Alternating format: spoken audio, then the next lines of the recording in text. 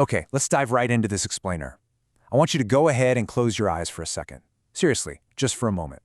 Imagine a cinematic, glorious 4K spiritual palace. But here's the catch, it's not made of stone or glass or wood. It is built entirely out of brilliant, vibrating, living light. Now picture every single detail of this palace. Every towering pillar, every intricate room, every floorboard. And within every single one of those details, there are 5 nested layers, perfectly stacked inside one another, like the ultimate Russian nesting doll made of pure energy. You have a root, a soul, a body, garments, and a surrounding chamber. Everything, and I mean everything, is built this way. All right, you can open your eyes now and look at this. What we're talking about here isn't just a stunning visual, and it's definitely not just some poetic metaphor. What you are looking at is the absolute, ultimate fractal blueprint of reality itself. We are pulling this directly from Talmud Eser HaSefirot, Part 3. We are looking at the foundational architecture of existence. I'm talking about from the most massive, mind-boggling cosmic universe all the way down to the tiniest, most microscopic spiritual atom. Every single spiritual reality is organized by this exact same sequence. Every single detail contains these exact 5 nested layers. It's like a giant puzzle, and once you see the pattern, you literally can't unsee it.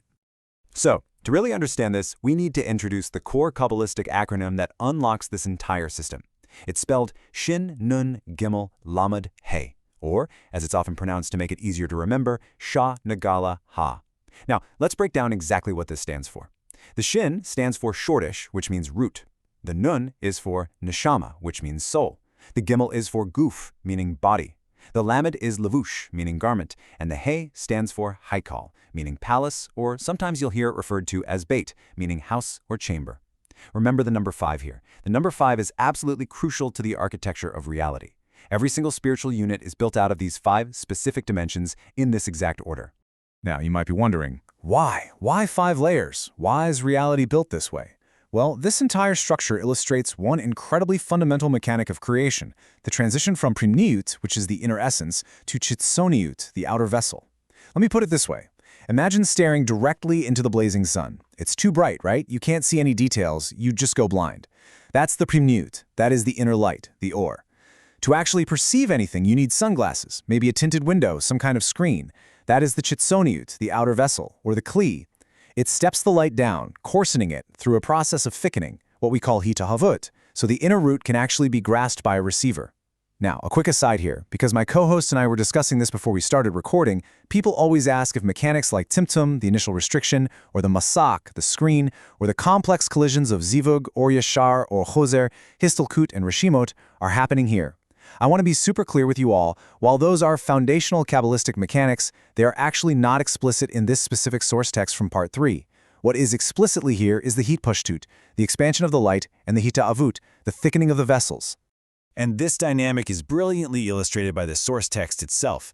The text explicitly tells us, and I quote, that everything that exists across all worlds consists of these layers, Neshama, Guf, Levush, and Heichal, or Beit, with Keter acting as the overarching 5th root, the Shoresh. It is a perfect, unbroken chain of cause and effect.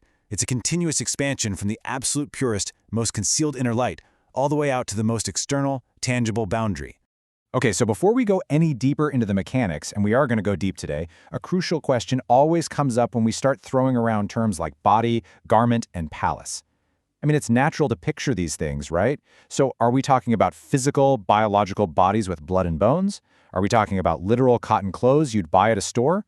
Are we talking about actual spatial buildings with roofs and doors and square footage? The answer to that is no. Actually, scratch that. It's an absolute resounding NO. Consider this a massive warning label for our explainer today. The source text makes it crystal clear we are dealing strictly with or and kli, spiritual light and spiritual vessels, atzmut and kalim, essence and vessels. These terms are just codes. They are codes for spiritual forces of concealment and revelation. Each outer layer simply allows the blinding inner light to appear in a lower, more graspable form. There is absolutely no physical space here. None. It's all about variations in spiritual frequency, density, and intention. Also, side note, if you're looking for the red and white color shifts that sometimes map to vessels and light in other texts, that is not explicit in the source we are analyzing today, so we're going to stick strictly to the architecture of the layers. So, let's walk through these 5 nested layers step by step, and we're going to map them to their corresponding Sefirot, exactly as the source outlines. Step 1, we have the Shoresh, the root. This aligns perfectly with Keter. This is the highest, most hidden source of everything. Step 2 is the Neshama, the soul, which aligns with Chochmah. This is the inner life force, the core engine of light. Step 3 is the guf, the body, mapping to Binah. This is the structural container that finally holds the expression. Step 4 is the Levush, the garment, aligning with Zeir Anpin. This is the interface that both reveals and conceals the body. And finally, step 5 is the Heichal, the chamber or house, mapping to Malchut. This is the surrounding environment. Now, I know this is a lot of abstract mechanics to hold in your head. So to really grasp this exhaustive sequence without getting lost, look at this multi-generational translation matrix we put together. I absolutely love this, because whether you're an adult into systems or a kid into gaming, the fractal holds up perfectly. If you think in terms of cosmic engineering, think of the Shoresh as the ultimate cosmic server. The Neshama is the active process or core engine running on it. The guf is the operating system, the container. The Levush is the interface shell or the firewall. And the hikel is the runtime environment. But hey, if you want to explain this to kids, use the video game analogy. Tell them every character in a game has 5 layers. They have a hidden source code, that's the Shoresh. They have a life power or energy bar, that's the Neshama. They have body armor, that's the guf. They have a character costume or skin, that's the Levush. And they run around in a world zone or map, and that is the hikel. It's the exact same blueprint.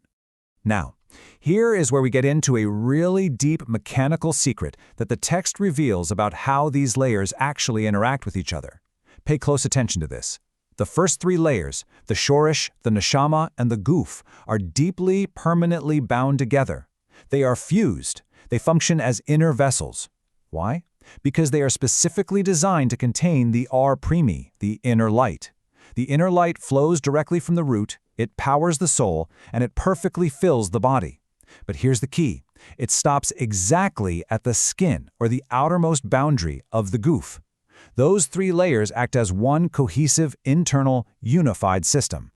But what about the remaining 2 layers? The Levush and the Heichal actually separate from that fused internal core. They become completely external vessels. And you might be asking, why the separation? Well, it's because they deal with a completely different type of light. They deal with the Makif, the surrounding light. This is the light that is just too massive, too infinite to be contained inside the rigid vessel of the guf. Because the inner light ends right at the boundary of the body, the surrounding light has to operate entirely on the outside, wrapping around the entity through the garments and the palace.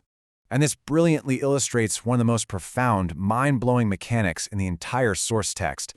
So think about this geometrically for a second. Because the inner light stops perfectly at the edge of the guf, right at the skin, and the surrounding light is busy wrapping around the outside of the Levush, the garment, there is a tiny, vulnerable gap right in between the body and the garment. The text tells us this gap lacks both inner and surrounding light. It is a literal spiritual vacuum. It is the ultimate space of concealment. And because it's completely devoid of direct illumination, it is exactly where spiritual darkness, what Kabbalah calls klipot, or shells, can attach themselves. It's just an incredible piece of spiritual engineering, isn't it?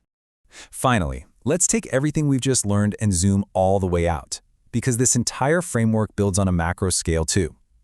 This exact same 5-part structure doesn't just apply to a single spiritual entity or a single soul.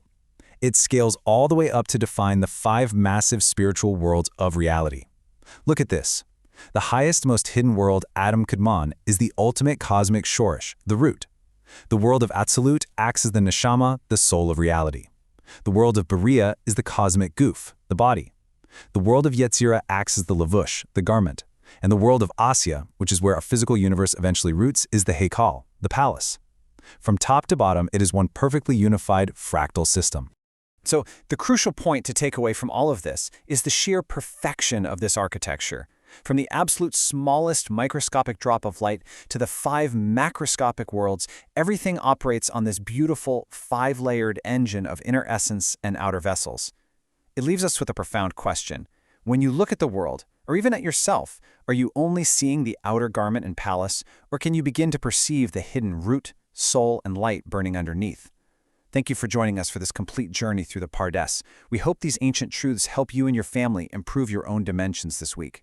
If you enjoyed this full chapter deep dive, please like, subscribe, and share which part of the journey touched your soul in the comments. We'll see you in the next chapter.